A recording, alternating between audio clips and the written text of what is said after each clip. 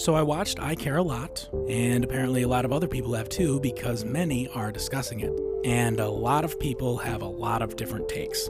Most of the discussion revolves around the main character, played by Rosamund Pike. Even more so now due to her winning the Golden Globe for her performance. Aside from the point of attempting to net attention and views now, before the film's relevancy completely dries up in a few days, I think the main reason I'm making this video is to say that, honestly, it's not that good. The main character and the story she bulldozes her way through is just kind of bad. Now, I'm not saying the movie is terrible, but it definitely is not good. Now, I guess to really talk about this film, I'm gonna have to spoil it. Normally, I'd say something like, you should pause this video and go watch the film before letting me spoil it, and then come back to this video, but I'm not going to say that for this film, because this film doesn't really deserve it.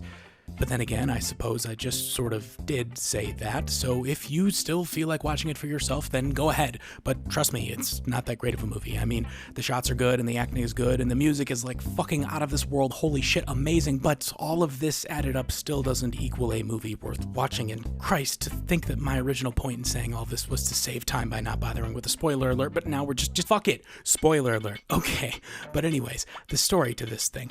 It follows the character Marla Grayson. Marla has a scam where she gets doctors to say their older patients are incapable of taking care of themselves. So then Marla swoops in and gets the state to make her the legal guardian of these senior citizens. She swindles them out of all of their money, their life savings. She sells their assets, their homes, forbids them from using a phone or seeing their loved ones, and basically leaves them to die in her nursing homes in a drugged up stupor. In the beginning of the film, we are shown this by a court case where the son of a woman under Marla's care is fighting to see his mother. Marla won't even let this poor man see his mother, his sick, lonely mother, who's just rotting away, being tortured under Marla's care. So yeah, Marla is a horrible person. But she is also very successful. And also she's a lesbian. She's in love with her right-hand man, or I guess I should say right-hand woman. It's important that I make that distinction because Marla really hates men. If the doctor wrote a note, he knows it too. She. What? She. The doctor, she's a she. There's a lot of stuff in this movie that is just screaming about the hatred of men. Does it sting more because I'm a woman? That you got so soundly beaten there by someone with a vagina? I will grab your dick and balls, and I will rip them clean off. You understand? Even the main villain is like, he's a little person or whatever you're supposed to fucking say. There's a commentary about small masculinity or something in there, maybe. I don't know, but none of this stuff matters. None of this is really important to the story, because what you need to know is that Marla is an evil bitch with an evil scheme, and she always wins. That is, until she scams the wrong old lady, who ends up being connected to the Russian mob. So the mob then obviously gets pissed at her and tries to kill her. But Marla is just so smart and brave and fierce and all of that, she somehow beats them. And in the end, she impresses the head mobster so much that they team up and form a massive corporation exporting Marla's scam all over the country. Marla makes billions. Marla becomes a corporate queen.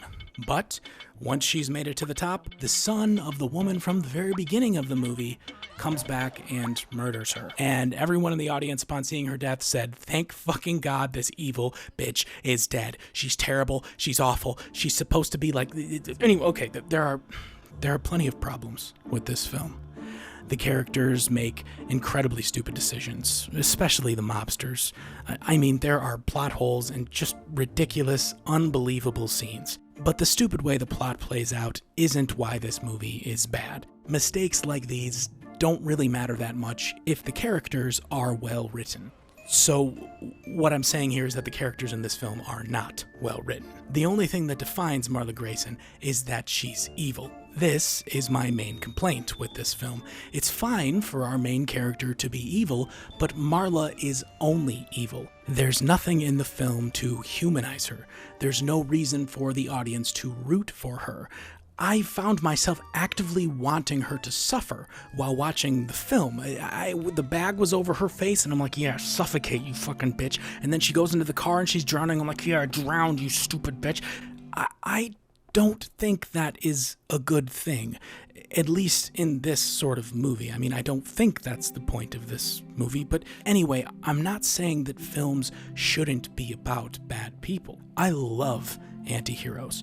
My favorite films are about antiheroes. Every film I've written myself seems to be about antiheroes, seems to be about bad people. See my film Tardy if you're curious. Now, I'm not saying that I know everything there is to know about writing characters, but I think that no matter how vile and rotten the main character may be, the audience needs to connect with them, at least a little bit.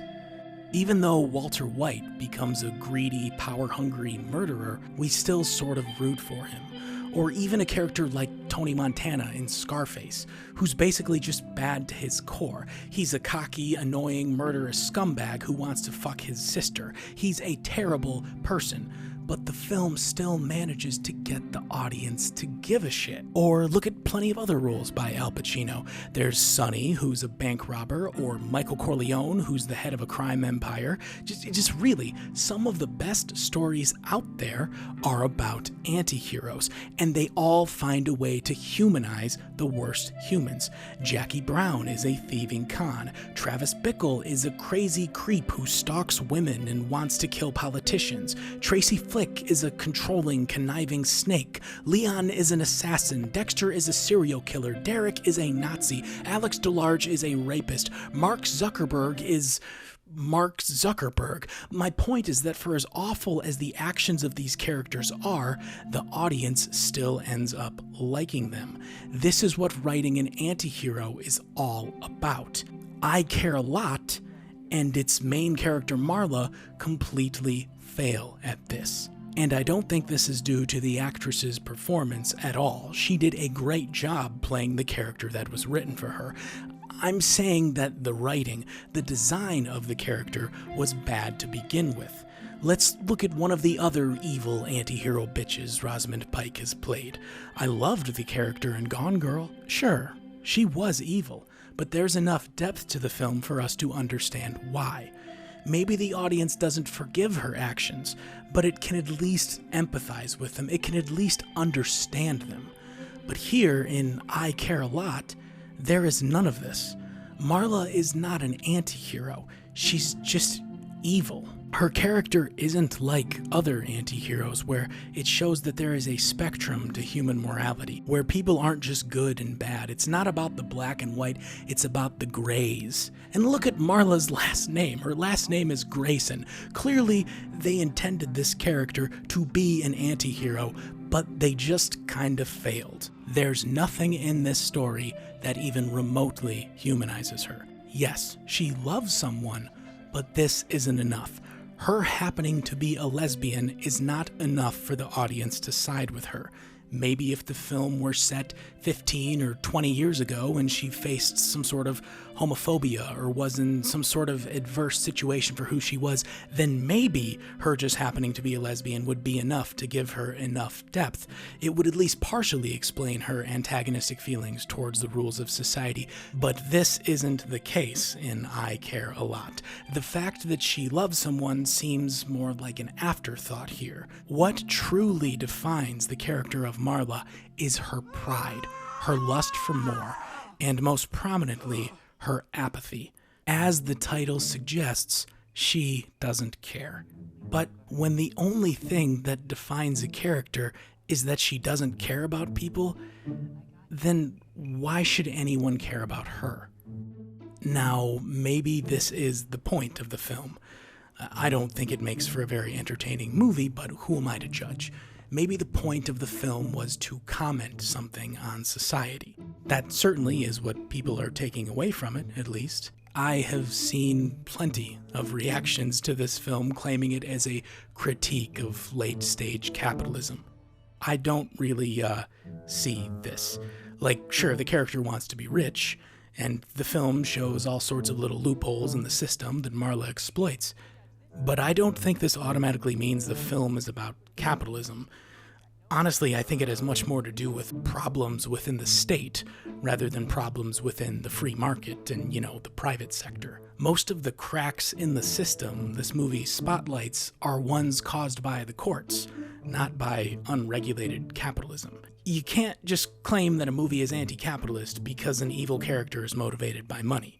What this movie is about, most prominently it's about people exploiting the elderly, but in terms of big societal, bullshit, what it's saying about that, I think Rosamund said it best here. And finally, maybe I just have to thank America's broken legal system for making it possible to make stories like this. But even if the film has the best social commentary of all time, which it doesn't, if your film doesn't have good characters, then I'm sorry, but it just isn't that good. But back to some of the reactions that I've seen other people have about this film. I just want to talk about one more thing that I've seen out there. This was actually the first thing I saw when I was researching, articles about this movie, and I was shocked, just blown away by what this thing states. It was written by a woman named May Rood, and I'll just read a few little sections of it. Netflix's I Care a Lot was almost a perfect lesbian movie. When I watched the film on Friday, I was in love. Marla Grayson, played with sinister glee by Rosamund Pike, is a professional grifter, stealing everything she can from the elderly people she pretends to represent and protect. She's not a good person, but she's very good at what she does and loves her girlfriend. Oh, and she's hot as hell because of all of this. It's undeniably sexy watching her face every challenge in the movie with confidence and brains. But, okay, she's facing them with confidence and brains, sure, but the fucking Taliban approached 9/11 with confidence and brains too, but that does... Okay, moving on. Nothing is hotter than a woman outsmarting men. Except maybe a woman outsmarting men and living to tell the tale. That's her gripe. That's why it isn't perfect. Okay, let's, for the first hour and 50 minutes, I was in love. I was having fun in a way I've almost never had while watching a movie with a queer protagonist. Then the last 90 seconds came, and in an undignified and blunt manner, the angry son of one of her wards approaches Grayson and shoots her in the chest. Whoa, okay. Undignified and blunt manner. How? Do you see what she did to all the old people? She's torturing old people. Okay, as she bled out in her fiancé's arms, I couldn't help but ask why. Why couldn't Marla Grayson live? Why do countless terrible characters, usually straight and or male, get to continue their stories relatively unpunished? Okay, that's ridiculous.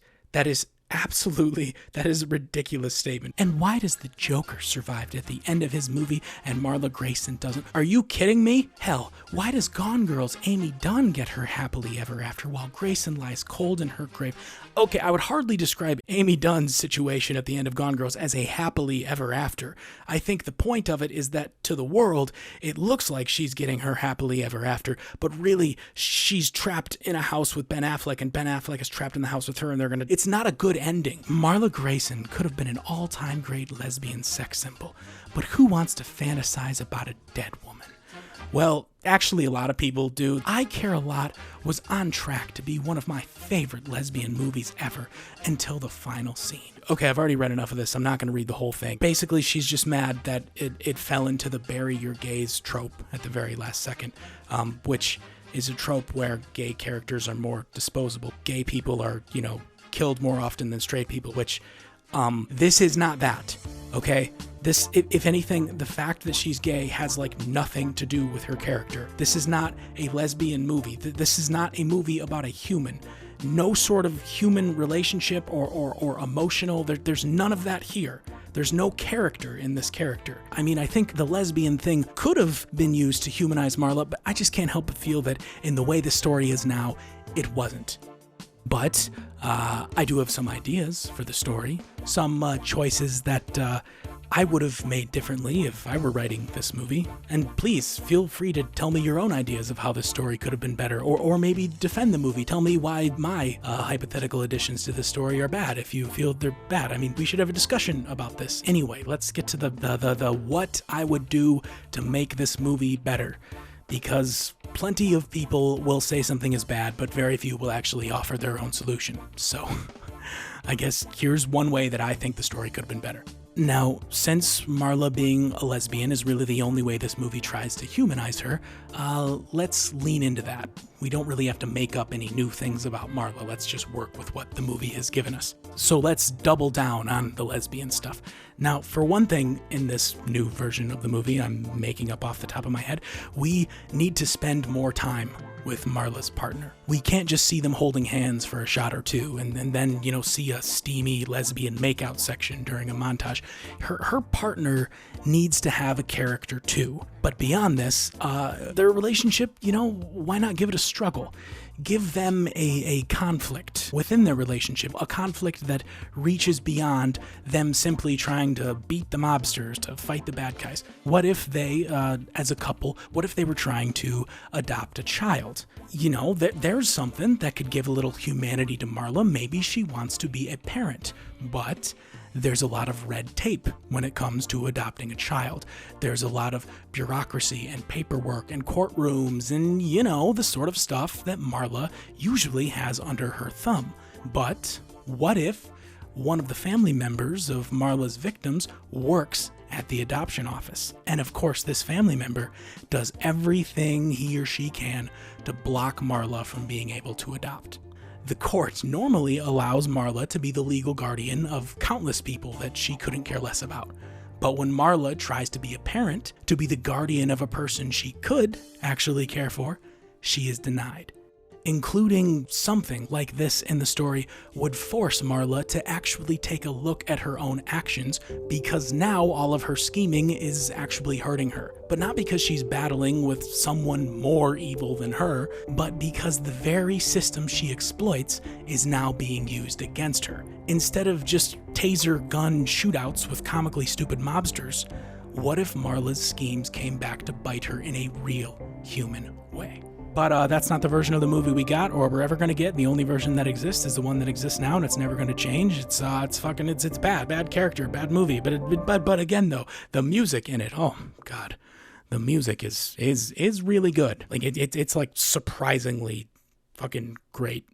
Okay, thanks for watching. Like, subscribe, all those things. Don't call me a bigot. Thank you.